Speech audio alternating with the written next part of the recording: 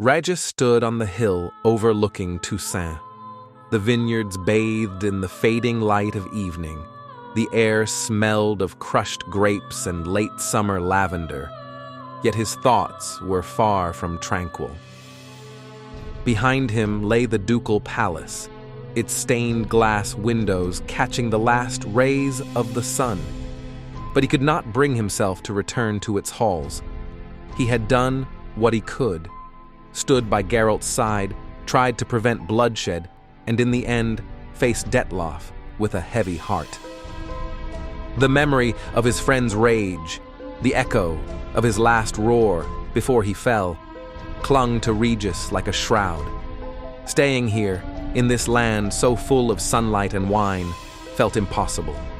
It was as if every vineyard, every glass raised in toast, reminded him of what had been lost. So, as twilight descended, Regis turned his back on Toussaint and walked into the night. He did not know where he was going, only that he could not remain. His travels first took him to Redania, where the scars of war were still fresh. Smoke still curled from burnt-out farmhouses. Regis found a camp of refugees by the roadside and, keeping his distance, offered them medicines brewed from wild herbs. At first they mistrusted him. His pale face and refined manner did not inspire confidence. But when his drafts eased a fever sweeping through their children, they began to look at him with something approaching gratitude. For a time, Regis stayed on the move, traveling from village to village, seeking places where he could do good quietly.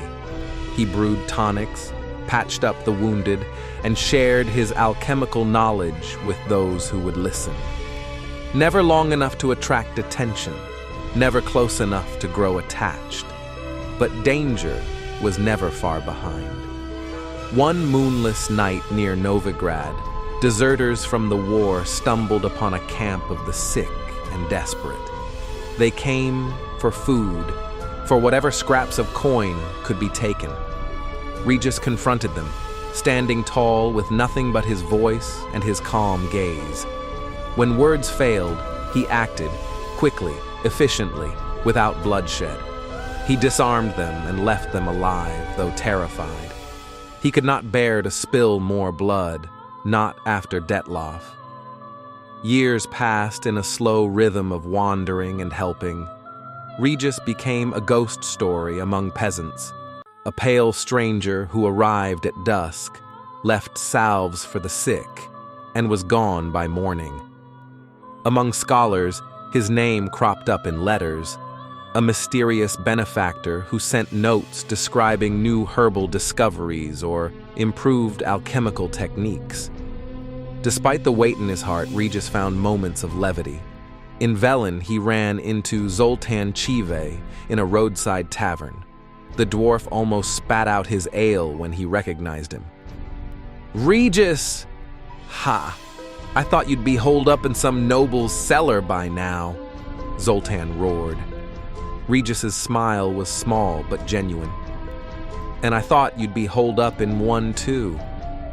That night, they drank, Zoltan heartily, Regis only savoring the aroma, and traded tales until the sun came up. When they parted ways, Regis's steps felt a little lighter. The true turning point came years later, in the foothills of Mahakam. Regis had heard of a remote village plagued by a beast, something large enough to drag livestock away in the night.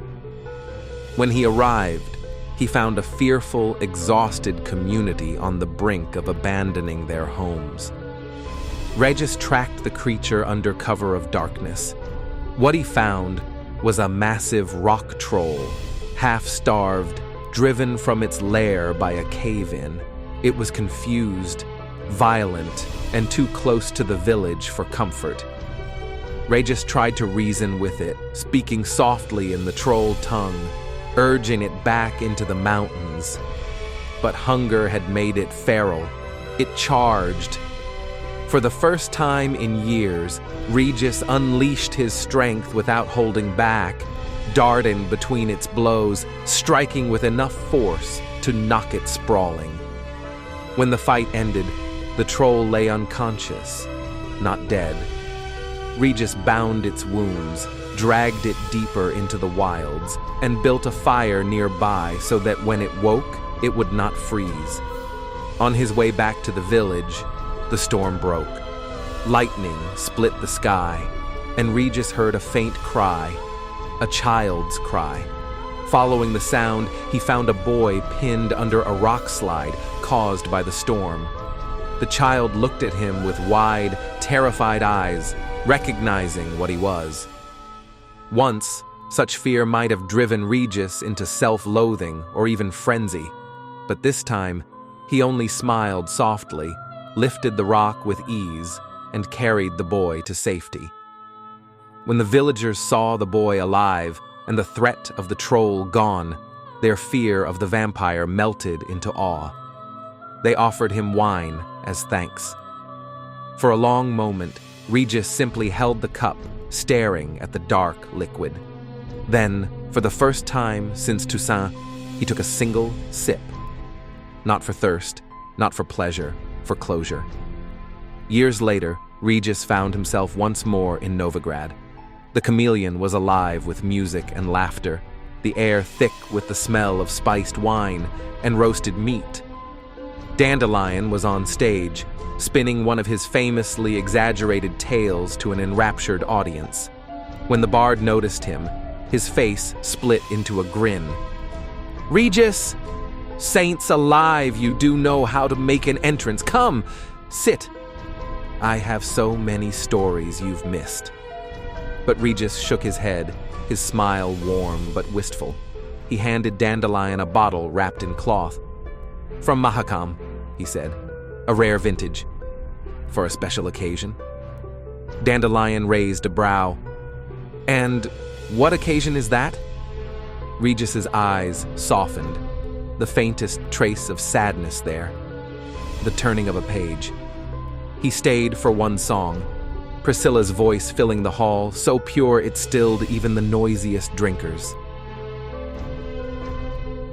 And then he was gone, slipping out into the cool Novigrad night. Outside, the city lights glowed like distant stars.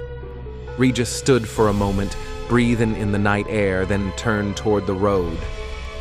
The world was wide, and for the first time since Toussaint, he felt ready to walk it, not as a penitent, but as a traveler. He would always carry the memory of Detloff, but it no longer bound him. Somewhere beyond the horizon, there were new herbs to discover, new lives to touch, and perhaps new friends to make. Regis smiled faintly as he set off into the darkness, a lone figure under a sky full of stars, a higher vampire who had, at last, found peace enough to keep moving forward. Thank you for listening to this episode, and don't forget to subscribe to the Liaran Narrative Gaming channel to discover many other stories. See ya!